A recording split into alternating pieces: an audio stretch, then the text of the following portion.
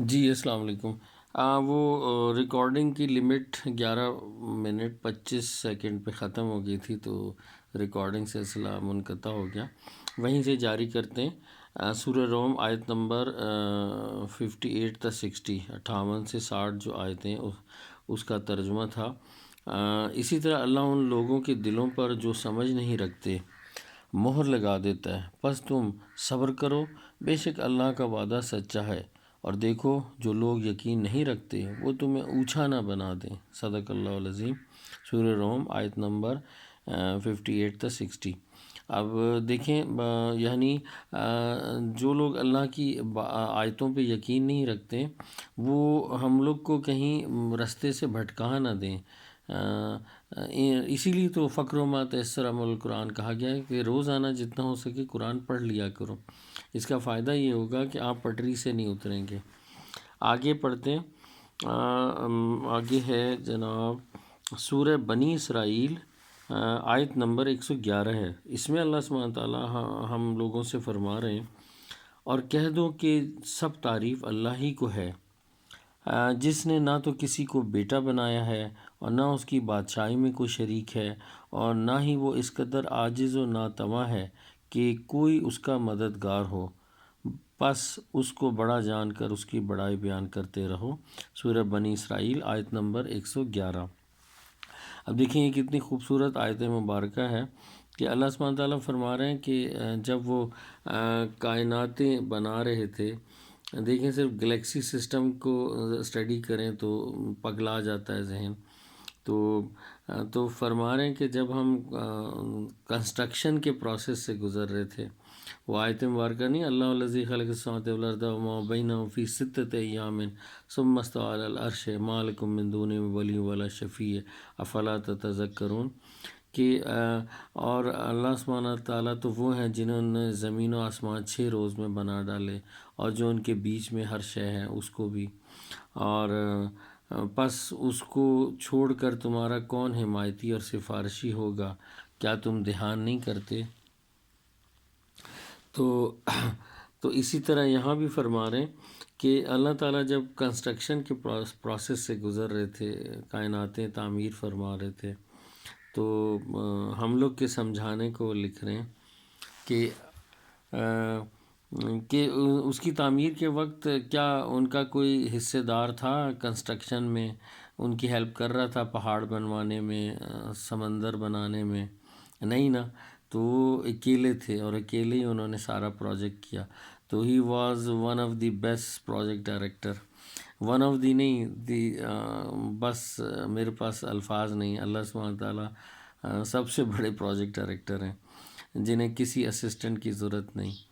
تو وہ یہی فرما رہے ہیں اس آیت مبارکہ میں سورہ بنی اسرائیل کی، کہ کائناتوں کی تعمیر میں کیا ان میں سے کوئی میرے ساتھ مددگار تھا؟ تو اللہ تعالیٰ اتنے ناتواں نہیں کہ انہیں کسی کی مدد کی ضرورت پڑے، اور نہ ہی انہوں نے کوئی اولاد بنائی ہے، نہ وہ کسی کے باپ ہیں، نہ ان کا کوئی باپ ہے، نہ بیٹا ہے، اور تو پھر ان کا حق بنتا ہے نا کہ ہم انہیں بڑا جان کر ان کی بڑائی بیان کریں۔ یہی آیت مبارکہ ہے نا، وَكَبِّرْهُ تَكْبِيرًا، تو انہیں بڑا جان کر ان کی بڑائی بیان کرنی چاہیے۔ آگے فرما رہے ہیں سورہ بقرہ آیت نمبر 270 ہے، 270۔ اس کا ترجمہ ہے، اور تم جس نیت سے خرچ کرو یا کوئی نظر مانو اللہ اس کو جانتا ہے، اور ظالموں کا کوئی مددگار نہیں۔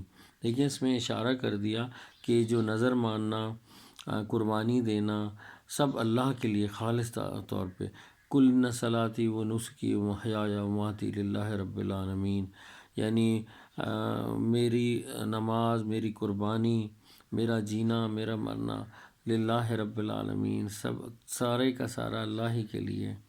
تو لہٰذا نظر بھی مانے یا تو وہ بھی خالص اللہ کے لیے ہو۔ دیکھیں قربانی دیتے ہیں، جانور پہ چھری چلاتے ہیں، تو اس کا خون یا گوشت تو نہیں ہم بھجوا رہے ہوتے، ہم اپنی نیتیں بھیج رہے ہوتے ہیں۔ اللہ تعالیٰ کو ادائیں بڑی پسند ہیں، وہ اداؤں پہ مرتے ہیں۔ دیکھیں حضرت بی بی ہاجرہ رضی اللہ تعالیٰ عنہ صفا مروہ کی جگہ دوڑ رہی تھیں اپنے بیٹے اسماعیل علیہ السلام کے پانی کے انتظام کے لیے، تو ان کی اس بے چینی کو اسماعیل علیہ السلام کی ایڑیاں زمین پہ رگڑیں تو آب زمزم آیا. تو ماں کی اس بے چینی کو دیکھتے ہوئے اس بے چینی اس کا دوڑنا اس قدر پسند آیا تو انہوں نے حج کا رکن بنا دیا، عمرے کا رکن بنا دیا ہے. اگر آپ صفا مروہ پہ صحیح نہیں کریں گے تو آپ کا عمرہ اور حج نہیں ہوگا. یہ گاٹ مائی پوائنٹ.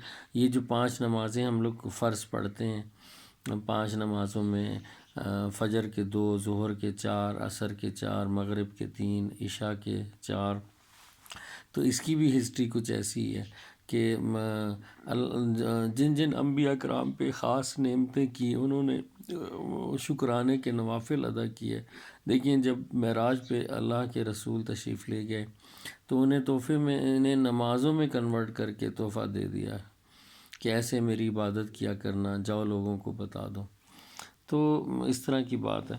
آگے پڑھتے ہیں. سورہ طٰہٰ آیت نمبر 69. اس میں بھی ہم لوگ بڑے کنفیوز نظر آتے ہیں. دیکھیں کتنا واضح جواب ہے اللہ سبحانہ تعالیٰ کا کہ اور فلاں نہیں پا سکتا وہ جس نے کسی بھی ذریعے سے جادو کیا. سورہ طٰہٰ آیت نمبر 69.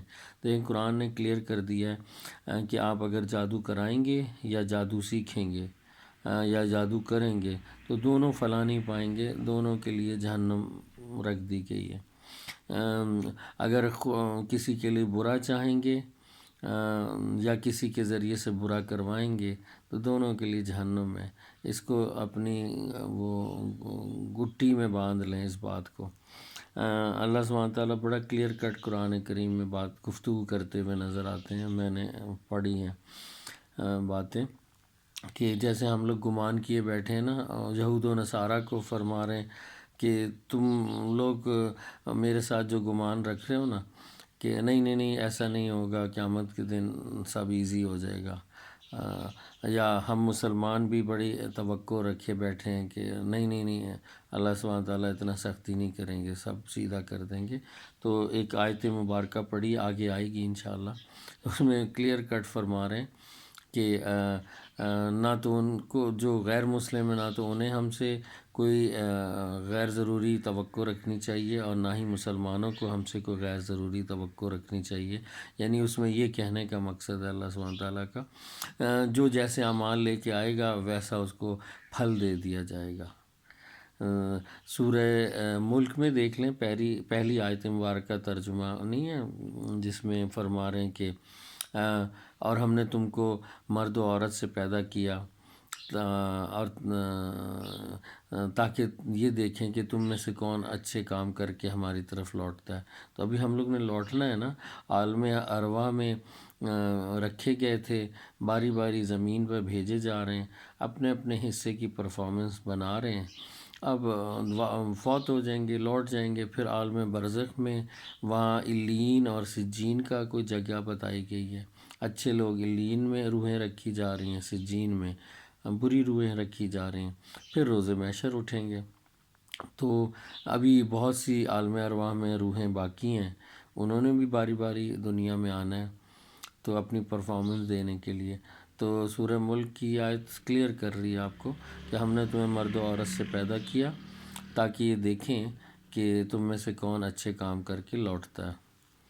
تو آگے دیکھتے ہیں سورہ حجرات آیت نمبر 16 میں اللہ سبحانہ تعالیٰ کیا فرما رہے ہیں. اے نبی ان سے کہہ دو کہ کیا اب تم اللہ کو اس کا دین سمجھاؤ گے. تو